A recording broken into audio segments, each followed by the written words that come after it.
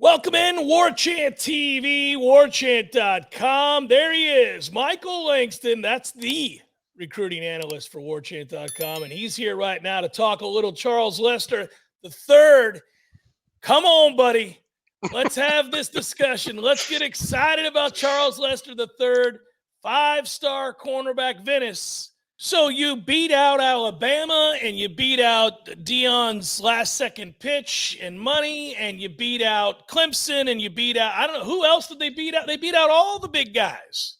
Yeah, and I've said from the start, a lot of people kind of laughed. I got funny emails when I said, like, look, Colorado's the biggest threat to FSU because I knew the kid. I knew what's going to work with him, from a single family parent, that works with Deion, that works with him. And certainly, so that was the threat to me. Alabama and Georgia, he'd been there many times and he still was stealing the same way with FSU. So, but to win it against so many big dogs and even beat the guy that's been so good at landing defensive backs, and he is arguably one of the best players to ever play at FSU, probably the best athlete to ever play here, and to beat him out for a guy where it's like 2 straight years Deion's landed the top cornerback, and to get him in the fold, even after he took a late minute visit to Colorado, I think speaks volumes to what FSU's doing with their program. And I think it also speaks to how recruits view them as a winning program. They view them as a winning place that, hey, that's a place I want to be because I know these guys are going to win,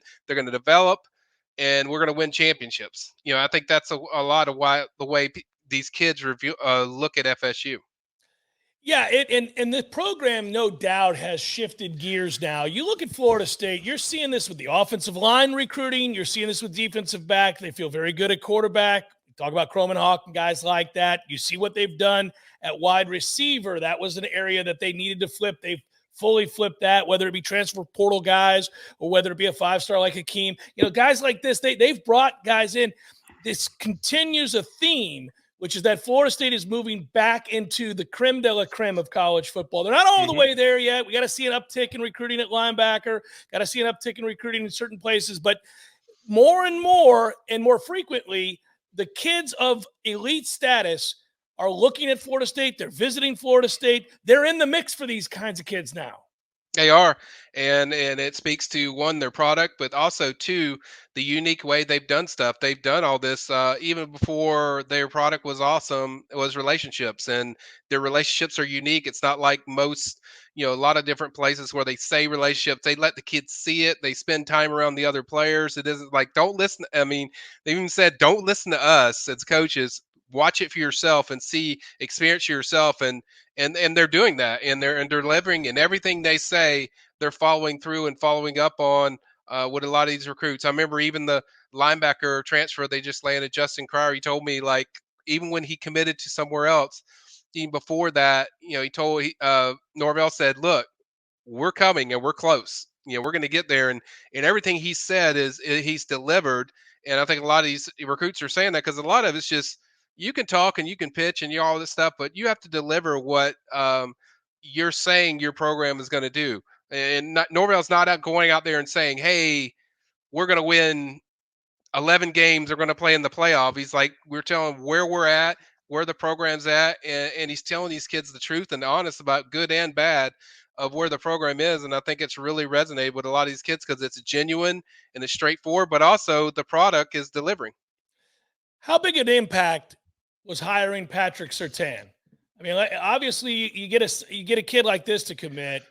As Patrick Surtain, when you're out there talking to people in this business and you're talking to coaches and you're talking to players, you get a sense that really buoyed the way they felt about Florida State. Yeah, I mean, it's a name you can resonate with a lot of these kids because they know this dude. They know his name. They know where he's played. They can look up what he's done as a playing history, college, NFL.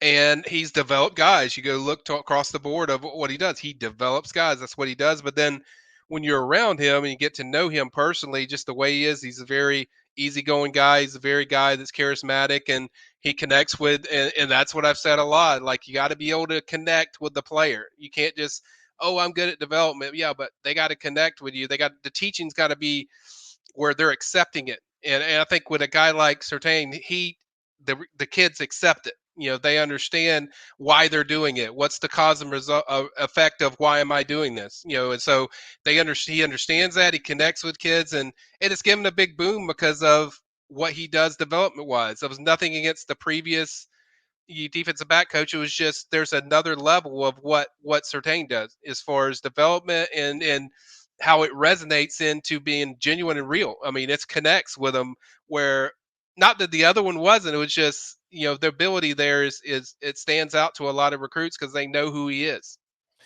Well, let's get to the player, Charles Lester III. And if you go and look at his huddle tape and you go and look at him, you see a guy who's long, who's very athletic. He's tall. He can play you press. He can run with you. He can do all the. He's got good feet. There's really everything about this guy screams superstar, stud. There's a reason he's a 5-star. Yeah, there is, and he's a guy that I've known since he was a sophomore. I have actually even DM'd with Charles leading up to the thing, and he was excited just to get done with it. But he's also a really good guy inside your locker room, because he resonates a leader. He's a really good leader, and I think he's got some of those same qualities that I saw that Hakeem had last year. That's why I think he was so coveted that they wanted him in there. It's not just he's a 5-star, and he's a 5-star that can do it on both ways. I mean, you see a lot of these clips where people watching, you see him at receiver. He's so natural at receiver. He's so good at receiver. So and he can play defensive back. So it's not an automatic thing that, he's going to be a defensive back at FSU. It wouldn't shock me if he, ended up, doing some receiving, or if he did receiving it the most, because he's so good at it. I mean, he's so elite at it. So, but that's up to him. I don't think they cared. It's like, you get here. We don't care where you play. It's like whatever he's comfortable with. But I think that's the thing that gets not talked about enough, is just how dynamic he is as an athlete and as a receiver. He's very good as a DB. 6'2", broad shoulders, close on the ball, very hard passing lanes to throw to him because he closes on passing lanes so well. And his press coverage is very good. He knows how to stay on the hip of the receiver. He understands what the receiver's thinking. So just a dynamic weapon overall. Really quick, Michael, as we wrap it up and celebrate this moment, Florida State fans really excited, understandably so. I am curious, do you really think that there's a chance he just comes here and plays wide receiver and does not play defensive back?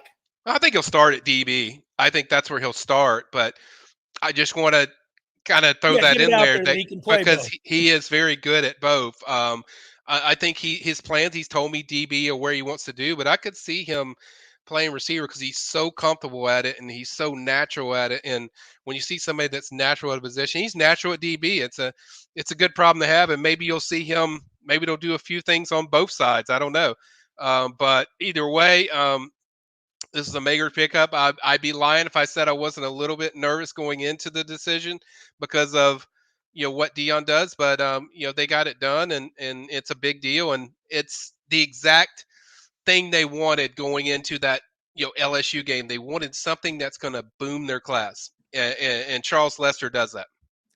Senior recruiting analyst Michael Langston here to give you the good news. The Charles Lester III 5-star corner, perhaps receiver, all-world athlete, has said yes to Florida State. And overall, I guess, Michael, this means Florida State's class is now what? Top 10 for sure, we think, as long as these Yeah. guys all stick?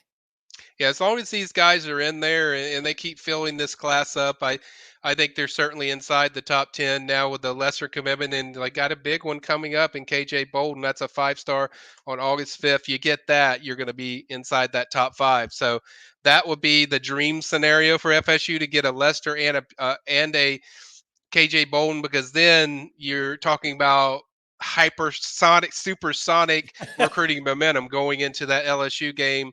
But I think they're rolling.